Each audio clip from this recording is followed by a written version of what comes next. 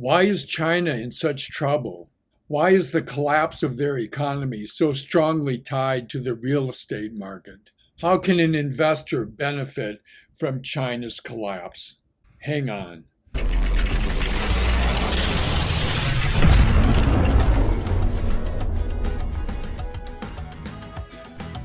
This is not financial nor professional advice. This video is for entertainment only. Hey everyone. China's banking system is in danger of going bankrupt. They have very high inflation. Their factories are shutting down, in many cases due to lockdowns with their zero health risk policy. Home sales have decreased over 28%, and property investment is down 12% from the previous year. This is negative data, and we assume that it's probably worse than what the figures show, simply because we think that the figures are manipulated by the CCP, the Chinese Communist Party, to make it look better than what it is.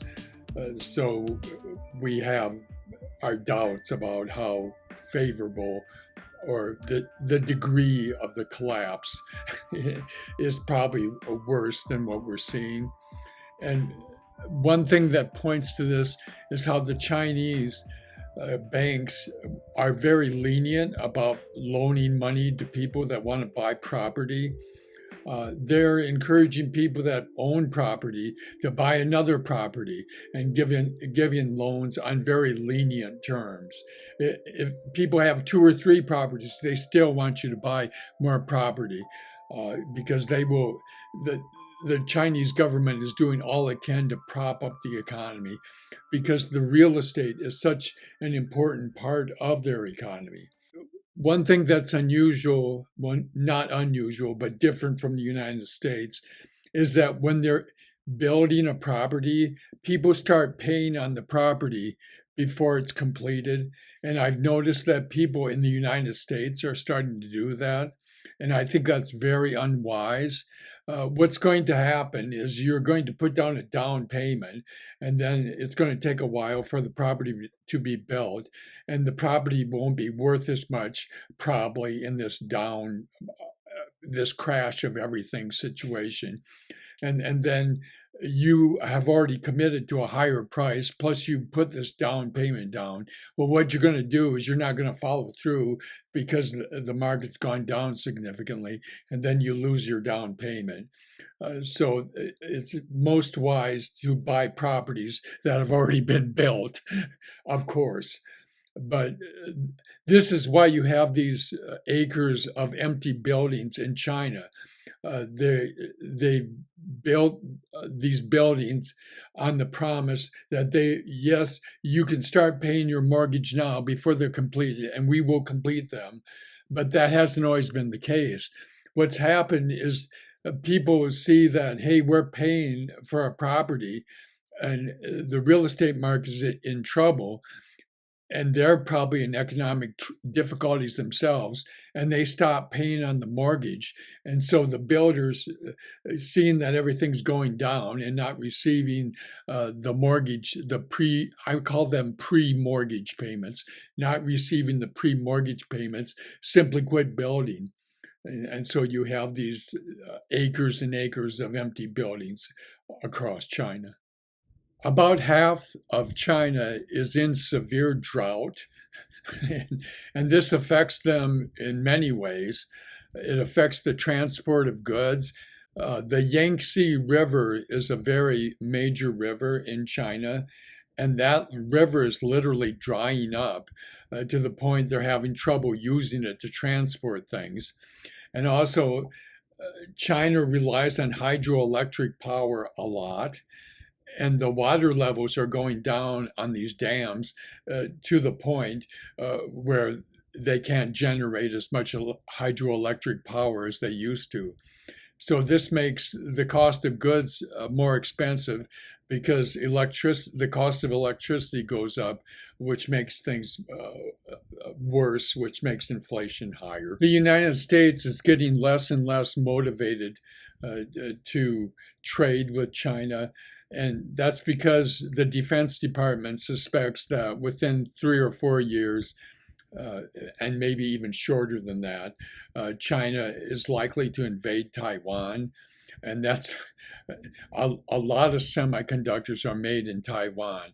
And that's why we especially want to protect it. And that's why we're trying to move semiconductor production into the United States as much as we can. Taiwan Semiconductor, its symbol is TSM. They're building facilities and factories in Phoenix, Arizona, near where I live, to make more semiconductors. And I think it's a process of Taiwan Semiconductor realizing that they may not want to put all their eggs in the basket of China. And that's why Russia's invasion of Ukraine has been so detrimental. It's interfered with energy is the main thing. But Ukraine is also a major supplier of grains and food for the world. It also supplies important minerals and fertilizer. And all of this affects food production. The energy production will affect food production, for example. So it's all tied together, and it just generally makes the situation in the world worse. To benefit from China's collapse, I've bought a lot and I'm actively trading depending on the circumstances and the way the stock is moving. But the best thing I've found to trade in with the most dramatic results is Yang, YANG, which is a triple leverage inverse fund on Chinese companies sold on the United States stock exchanges. So it follows an index of ADRs that are sold on the United States stock exchanges. It's an index of Chinese companies. So you're getting an index of Chinese companies that are sold as stocks on the United States stock exchanges. To give you an idea how much Yang could go up, on June 1st of 2010, its value was $4,938. Wow. So if we have a repeat back to those days, your returns should be massive. Thanks for watching. Be sure to smash the like button and subscribe if you haven't already done that. And hit that notification bell if you want to be notified of future videos. And good luck to us all. I think we're going to need it. I think China is going to need it, probably more than we will. And we can benefit from their situation. And I feel better about shorting China than shorting the United States stocks. But in a way, you can see yourself when you're shorting these things as you're fighting inflation.